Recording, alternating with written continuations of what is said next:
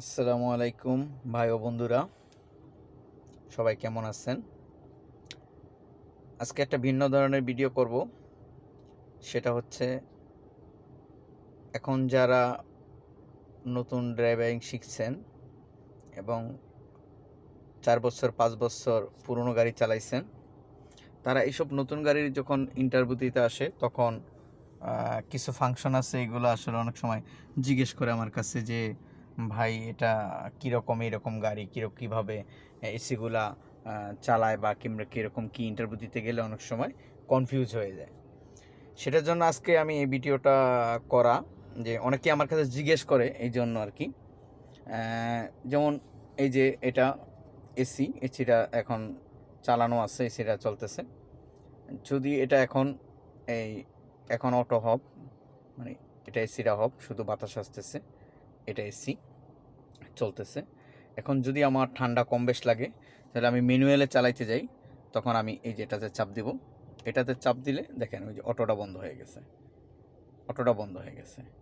যখন অটোটা বন্ধ হয়েছে তখন আমি যদি কমাইতে চাই, এই যে এখন বাতাসটা কমতেছে। আবার যখন বাতাসটা বাড়াইতে চাইবো তখন এই যে এটা এইদিকে চাপ দেবো, এই যে বাতাসটা বাড়তেছে। ঠিক আছে, বাতাসটা বাড়তেছে। হ্যাঁ, এই যে আমি এখন কমাই দিলাম, বাতাসটা বাড়তেছে। তখন এই যে আমি আবার অটোটা দিলাম, অটোটা চালু হইলো। এখন অটোতে এটা অটোভাবে চলতে থাকবে। আর বাতাসটা বাড়াইলাম, এই যে এটা কমানো, বাতাস কমানো বাড়ানো এটা। আর এই যে এটা এসিটা হব, এখন শুধু বাতাস বের হবে। যখন এটা দিব তখন এসিটা চলবে।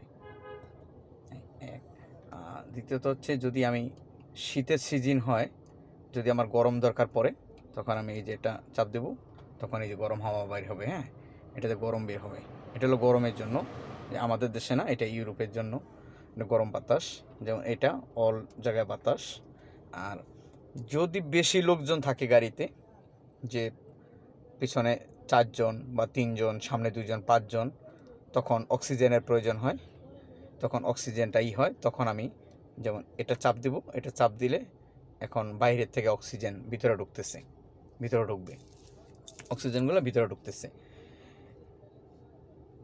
এই 5 মিনিট 10 মিনিট চালাবো, তারপরে হচ্ছে যখন অক্সিজেনের ভিতরে ঢুকবে তারপর এটা আবারও এটা দিয়ে দিব। এখন ভিতরে বাতাসটা বাইরে যাচ্ছে না, এখন সব বাতাসটা ভিতরেই থাকতেছে।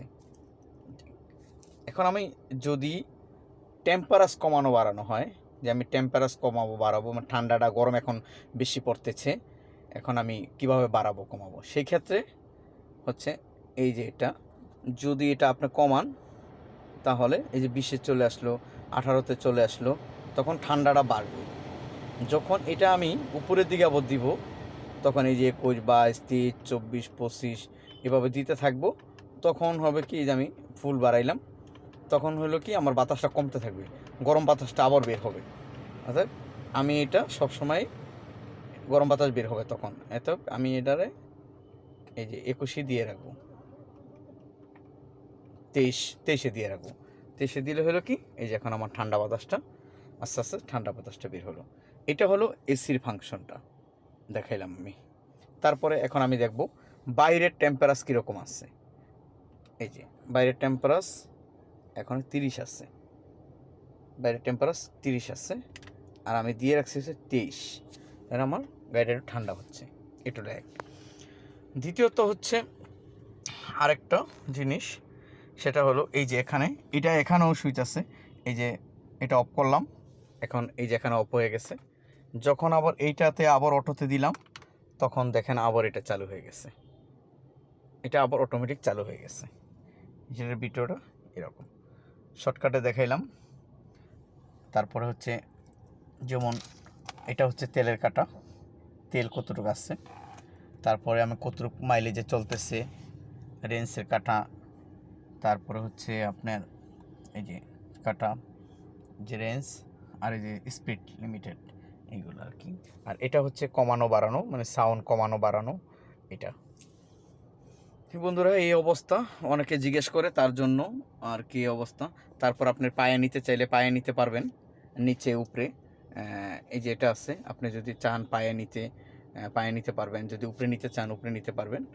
এটা আর কি এই অবস্থা, যেখানে দেখাইবে। এই যেটা